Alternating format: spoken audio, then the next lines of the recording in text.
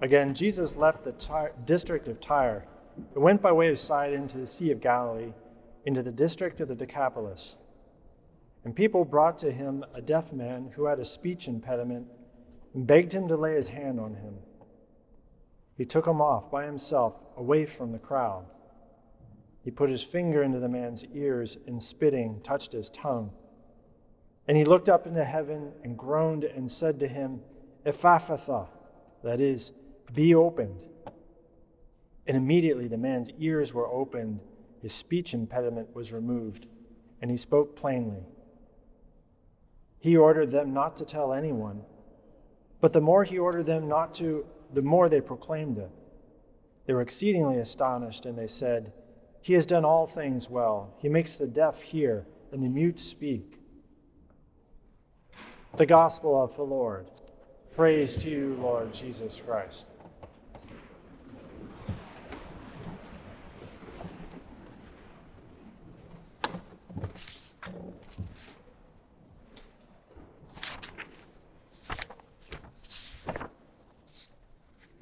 We have so many healings that happen in the gospel, and sometimes it just gets a general reference. And Jesus healed many people and cast out many demons, and that's all we hear. Every once in a while, we get a more in-depth description of what actually took place, even to the exact word that Jesus used in Aramaic, Ephphatha, from the actual incident. And so I think this is an invitation that for us to delve into it, meditate it, contemplate it, the scene, what it would have been like, because we have these details to work with. And so what I'd like to do is a little bit of that here this morning with this particular miracle, and then draw some conclusions for that. We have this gentleman here that is deaf and mute. Here it says speech impediment, the way it's translated in English here, but in other translations, you see it's more than just, it's not like he just had a strong lisp or something like that. No, this was a major inability to communicate because, for one, he's deaf, so he can't hear so as to know what it's supposed to sound like, and then what little he's able to try to communicate just doesn't work. And so basically he is in a silent bubble of inability to communicate. And that would have been, obviously would cause problems for him to have any kind of an education, probably not married, probably doesn't have kids because he's deficient in some way, or it's the way they would have looked at it at the time. And even to the point of like, well, obviously either he sinned or someone in his family sinned, and that's why he's got this disability. Now we know that's not the case, and Jesus shows that later. But so when Jesus comes through this part of the area called the Decapolis, it's on the eastern side of the Jordan. This is a place that Jesus only visited like twice before, and it was for real brief visits. Once he comes in, casts out a demon, and has to leave immediately because the people just got really freaked out by the situation, and so he left. And so it wasn't like everybody there would know who this was and would have seen him a lot, or something like back in Nazareth or something like that where he grew up. And so it's not too much of a stretch, and this is my own theory here, not too much of a stretch to think that this deaf and mute man probably doesn't know who Jesus is. Who's going to tell him about the miracles? You can do something with hand gestures, but he's going to think, yeah, this guy, they're pulling my leg. They're maybe at best. And so he hasn't heard about his teachings. He hasn't heard about the Sermon on the Mount. He hasn't heard about the multiplication of the loaves and all these other miracles, but other people have.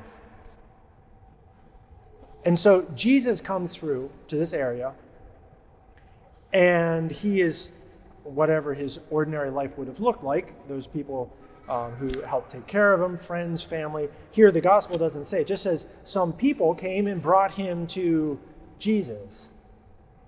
Well, these people obviously are probably friends, family, or the neighbors that know his situation and know what Jesus can do for him. Now, how are they going to explain to him why he should come with them in that moment? Well, they can't. At least not in the way that they can't just tell him. And so he's going to be seeing something probably very different in their faces of why, with this urgency, they want him to come right now. And it's not danger he's going to read on their face. It's not worry or concern. It's like their eyes are going to be as big as saucers and like, this is it. This could happen for him. But he doesn't know. He just sees this excitement, this wonder, this openness, and he knows he can trust it. I don't know if you've ever been in a country where you don't know the language or trying to communicate with someone where there's a language barrier, but you can just tell by their face what they're trying to say, that you go along with it. You're going to be okay. That's probably something what he read in their faces. So they're taking him somewhere. He doesn't know why or for what, but he's trusting in it. And they bring him before this man.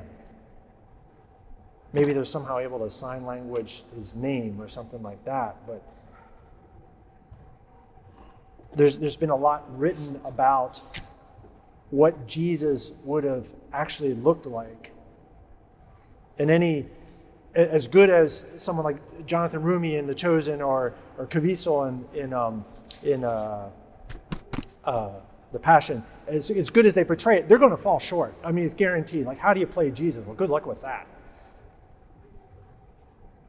But what's often said about what he would have looked like, just contemplating that, is there would have been a dignity that would have just been far greater than anybody else anyone had ever laid eyes on.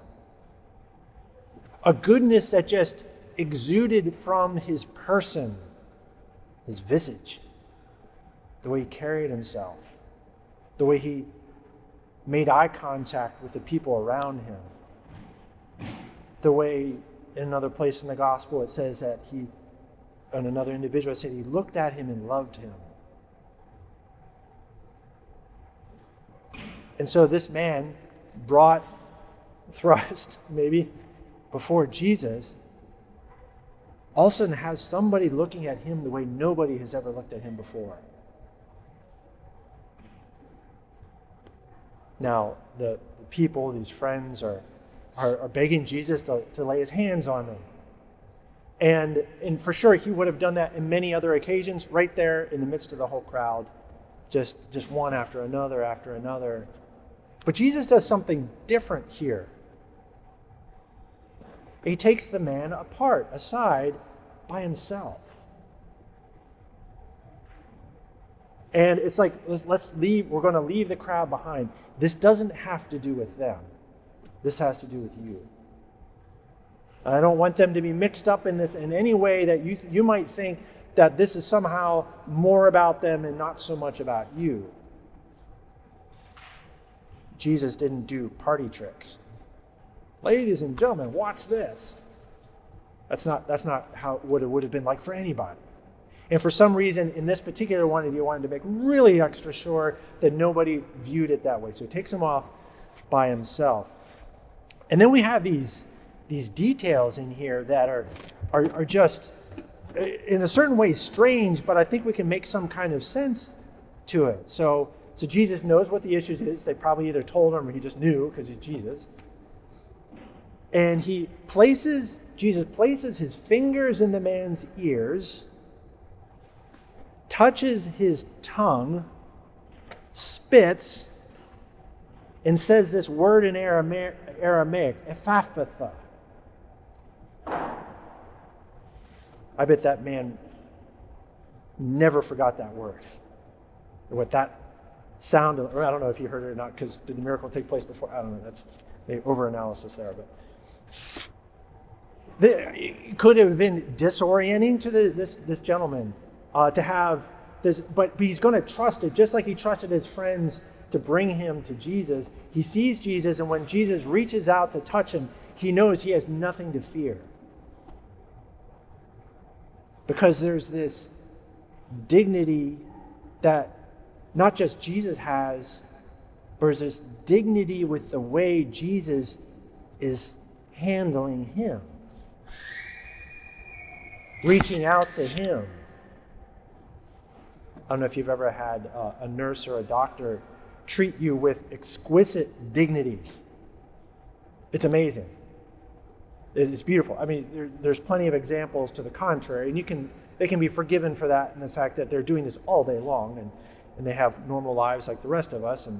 But every once in a while, a doctor, I remember one particular one, I felt like I was more dignified leaving the office than when I walked in, because it was just this, and I wasn't even a priest at the time, so I wasn't getting any like special treatment. That was just who he was. And so there must be some of that happening with the way Jesus was reaching out to place his fingers in this man's ears.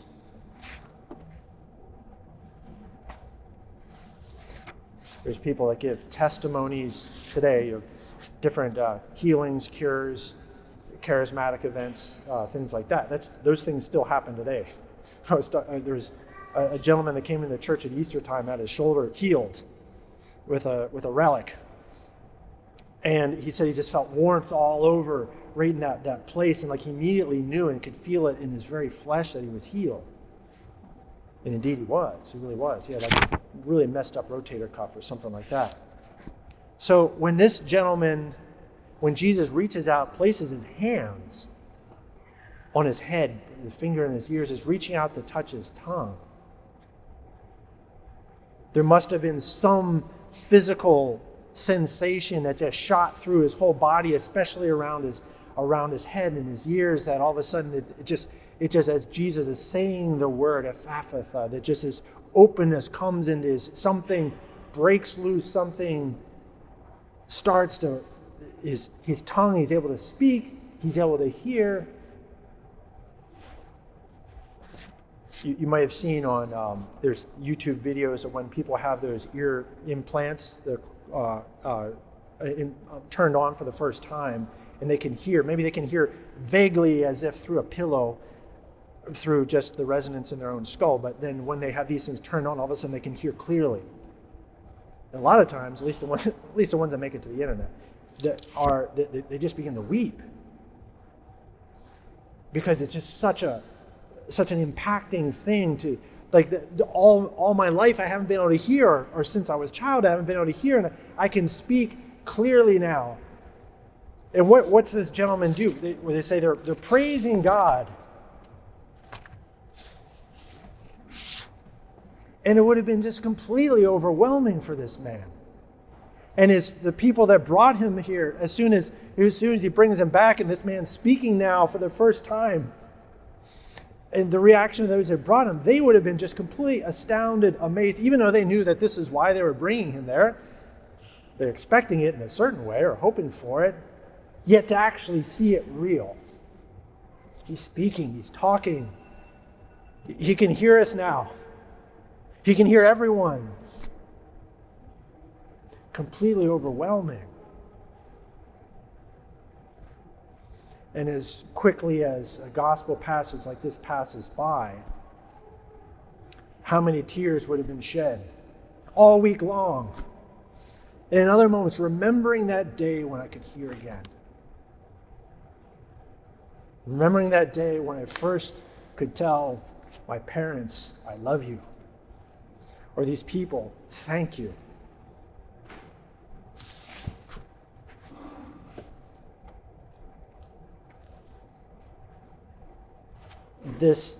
I want to highlight this dignity with which Jesus, not just the way he handled him, but with him as a person. This respect, and in a certain way, you could almost say a reverence that God has towards every one of us. Because we're all his creation, we're all his creatures, and he creates every one of us out of love and wants only the best for us. And the way he would approach us with his great desires for joy, happiness. We know we're created for eternity. Now, as we all know, he doesn't do these kinds of miracles for everyone, and I've preached plenty of times about that. There's this decaying process of our bodies when they tend to wear out, and then our souls depart from our body, but it's not like our body is just like a something that we put on, like we're a soul and we got this body we kind of have on like a shirt, then we take it off and go to heaven. No, it's your body is, we're body soul. It's like you are just as much your body as you are your soul. It's all you. And it's an unnatural thing that they split apart. And our Lord is treating the body with the same dignity that he wants to treat you, that he treats their souls. The same kind of healing he wants to give their souls, he gives to the body, and vice versa.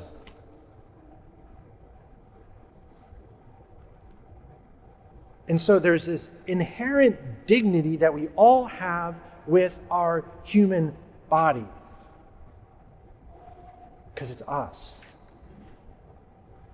This human body is something that the Eucharist wants to come into, not just your soul. And so it matters what we do with our body.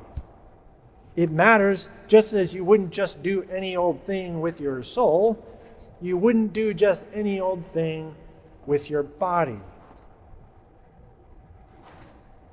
Just like we wouldn't do any old thing with a chalice we use at Mass, even if it's worn out and no longer able to be used at Mass. You wouldn't just throw it away. You wouldn't just stick it in the cupboard and use it for dinner. The same with our body. It's got that kind of dignity. Now, there's certain cultures that have fostered or cultivated this respect for the dignity of the human body more so than others. I'm not saying some are necessarily better than others in some ways, but this is at least one aspect where some of that is really important to them. Or maybe even generationally, you can see it, that there's this respect and dignity of reverence for the body and the goodness of it and how you treat it, how you that it's not indifferent, and that there's a moral side of it too. There's meaning and significance behind what we do with our body. That's what all John Paul II's theology of the body is all about, that. And based on that fundamental point of the dignity of our bodies and how we use it as communicating things. It's also community. It's also comes back on us too, as we ourselves use it for things that are dignified or undignified. The church fathers saw this as well, that even back to St. Augustine would talk about this, that these miracles that he's working, healing the body, is showing us what he wants to do with the soul as well, and vice versa. St. Origen as well talked about it too. So I just want to encourage you to give that some thought, and maybe even give that some prayer. I'm going to mention something in the announcements too about that has to do with this, with the human dignity and the dignity of the body, but I'll save that for the announcement at the end. But it's not indifferent. It's absolutely not indifferent. So how do I treat myself? How do I treat the dignity of the people around me, their soul, their body? Am I like this nurse or doctor where someone comes to me and they actually feel elevated in some way, respected, regardless of the condition of their body walking in there, regardless of the condition of their soul walking in there? This is Christianity applied. And it makes an absolute amazing difference. There's Christians in the early church that got martyred, not because they confessed to being Christian, but because other people could just tell. Because the way they treated other people. You must be a Christian. I know you're look how good you are to this. I know you're a Christian, aren't you? Obviously, we're not in those kinds of times. We can use that as a positive, not just like, oh boy, I better dial it back. Someone might call me out as being a Christian and I'll get killed. At least not today. Not here. So take it to heart. How do I treat my own body? What dignity do I give it? And others? And elevate it. Let your imagination go. Imagine how would Jesus be doing this? And that's in a certain way how we're to model our behavior and the attitudes that we foster towards one another.